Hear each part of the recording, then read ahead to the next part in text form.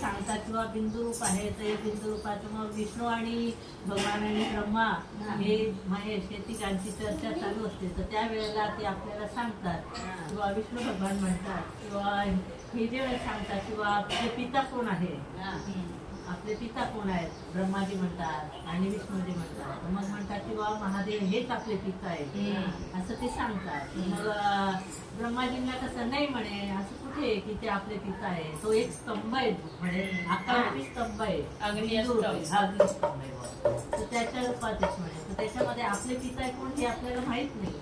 माहित नसल्यामुळे मग म्हणे तुम्ही एक काम करा म्हणे किंवा तुम्ही ब्रह्माजींना सांगा, विष्णूजींना सांगता की तुम्ही त्यांचा थर बघा, म्हणजे तुम्ही त्यांचा बिंदू कुठे तुमचे त्यांचे पाठ आधी आणि अंत आणि आधी और अंत बघायचं. तर मग तुम्ही ते बघा दोनों ढूंढे जाते हैं फिर दोघाही बघायला ब्रह्मा और विष्णु ढूंढे जाते हैं आधी कहाँ है अंत कहाँ है. विष्णूजी खाली येतात पाताळात. विष्णूजी काय म्हणतात तर म्हणजे हे गायीवर पण आहे, गाय आपल्याला गाईला आपण पहिली रोटी का देतो त्याच्यावर पडायचं. तर मग हे बघायला जातात.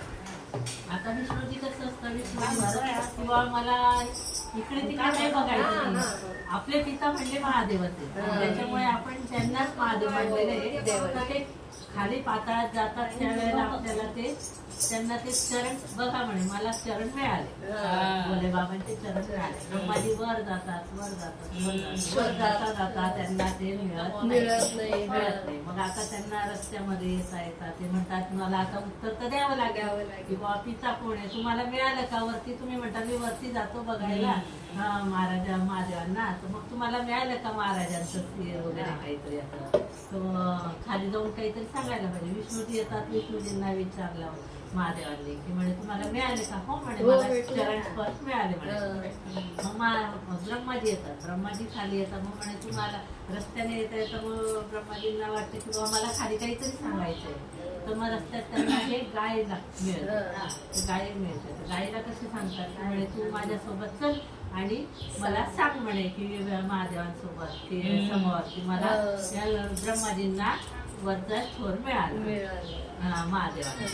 मग काय खोटं बोलायला मी तुम्हाला सांगेल तुम्ही मला सांगताय पण तुम्हाला मिळालेलं नाही तर मग मी काय सांगणार, मला याच्यापासून काय फायदा आहे, काय मिळेल याच्यापासून मी सांगणार असं ते काय म्हणाले. तर ब्रह्मदेव काय म्हणतात म्हणे तुम्ही म्हणे गायला किंवा तुम्ही तसं न सांगता मी तुम्हाला म्हणे जे सगळं पूर्ण जगात सृष्टीमध्ये जी पहिली आपली पोळी रोटी होईल ती गायला द्यायला. तर तेवढं मग गाय तेवढ्या एका पोळीसाठी गाय ब्रह्मदेवांचा आहे. हो म्हणे मी महादेवांसमोर येईल आणि तुमच्या सांगेल की यांना वरती हे मिळालं महादेवाचं रूप मिळालं.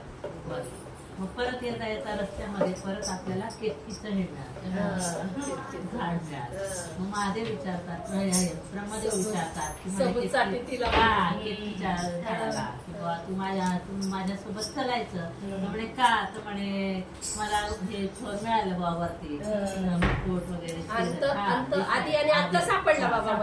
असं सांगायसाठी मग ते मिळालं. तर म्हणे मला काय मिळणार आहे, मी तुमच्याशी सांगेल महादेवांसमोर तर मला काय मिळणार आहे याच्यापासून, मला पण काहीतरी पाहिजे ना म्हणे वर. मग म्हणे हे तू काय ना म्हणे हे फुल आम्ही सगळ्यात श्रेष्ठ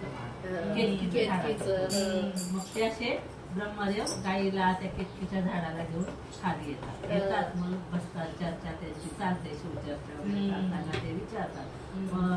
विष्णूजींना विचारलं विष्णूजी तुम्ही काय बघितलं. विष्णूजी म्हणतात की म्हणे मला काहीच नाही, मला तुमचे चरण स्पर्श मिळाले. म्हणजे एकाच शब्दात त्यांनी सत्य सांगितलं खरं ते किंवा मला मिळाले चरण तुमचे मिळाले.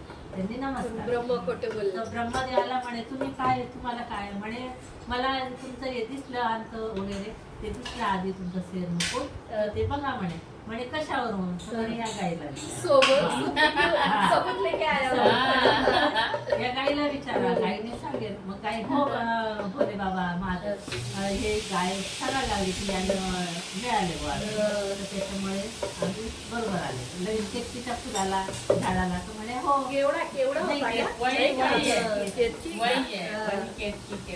केतकीच्या झाडाला. मग ते केतकीचं झाड पण मग ते सांगतं हो मला पण दिसलं यांना बुवा ब्रह्मदेवाला माझ्यासमोर.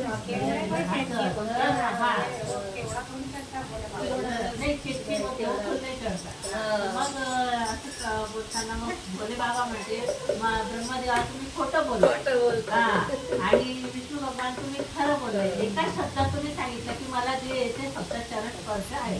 कोई बोल नहीं सका है महादेव का आदि और अंत किसी ने ढूंढा ही हाँ, नहीं. तो मला वही है, आदि भी वही है, अंत भी वही है. उनका शादी होने के लिए कितना बोले कि पिताजी कितना मग त्यांनी ते सांगितलं की मग विष्णू भगवानांना सांगितलं की बाबा तुम्ही एकाच शब्दामध्ये तुम्ही खरं सांगितलं. तुम्हाला जे दिसलं ते तुम्ही सांगितलं. तुम्ही आम्हाला वडील पिता मानलं आणि त्याच्यामुळे तुमचं हे सत्यनारायण सत्य जे आहे तर हे सत्यनारायण म्हणून तुम्ही पूजा होईल तुमची. ज्यावेळेस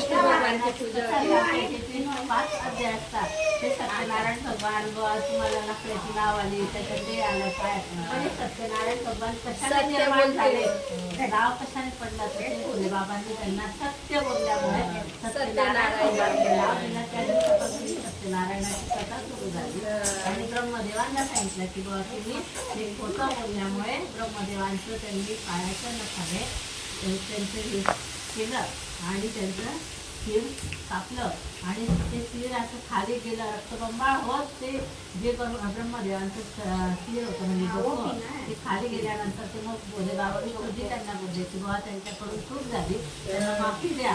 मग ते माफी चूक तर प्रत्येका म्हणून होते म्हणजे मानवाला चूक आहे क्षमा आहे तर मग ती त्यांना क्षमा करता आणि ते जे तुम्हाला असं तुमचं हे वरदान नाही होणार तुम्ही तुमचं पूजा कशी होईल ब्रह्माची पूजा लुडकून ते जाता आणि एका ठिकाणी ते वटवृक्षाच्या रूपामध्ये ब्रह्मदेवाचं स्थान निर्माण करतात आणि त्या ठिकाणी मी माझं लिंग स्थापन करेन. वटवृक्षाच्या खाली लिंग स्थापन करता आणि त्यावेळेला ब्रह्मदेवा म्हणतं तिथं स्थान निर्माण करतात म्हणून आपण वटवृक्षाची ब्रह्मदेव म्हणून पूजा करतो आणि विष्णू भगवानांची एकच मंदिर है ब्रह्मदेवाचं, इसके लिए ब्रह्मा की पूजा नहीं होती है. एक ही है पुष्कर. आणि आपल्या सत्यनारायण भगवान म्हटलं म्हणजे पिंपळाचं वृक्ष आहे त्याच्यामध्ये सत्यनारायण विष्णू भगवानांची पूजा करतो आणि गाईला सांगितलं की बाबा तू एक शब्दासाठी एका पोळीसाठी खोटी बोलली एक झूट बोलली हा तो म्हणे तुझं तोंडातून पूजा होणार नहीं, पीछे से पूजा करते मुआ पवित्र नहीं. शेपूट व्हायची ना पूछ म्हणजे गाईला जरी दान देताना किंवा पूछ पकडूनच पूजा अशी प्रदक्षिणा होते. अशी प्रदक्षिणा गायची होत नाही. त्या गायला शाप दिला भोले बाबांनी आणि केतकीच्या झाडाला सांगितलं तू पण माझ्या एका याच्यासाठी तुझं फळ माझ्यावर चालणार नाही. जरी एक फुल चढवलं तरी आपल्याला 1000 गायींचं पातक लागेल. भोले बाबांना हे इतर कोणती फुलं चालतील काटेरी चालतील सगळे चालतील म्हणजे फुल चालतील. एक दिन चढ़ता है हरतालिका तीज के दिन. हर हर महादेव. सीता माता भी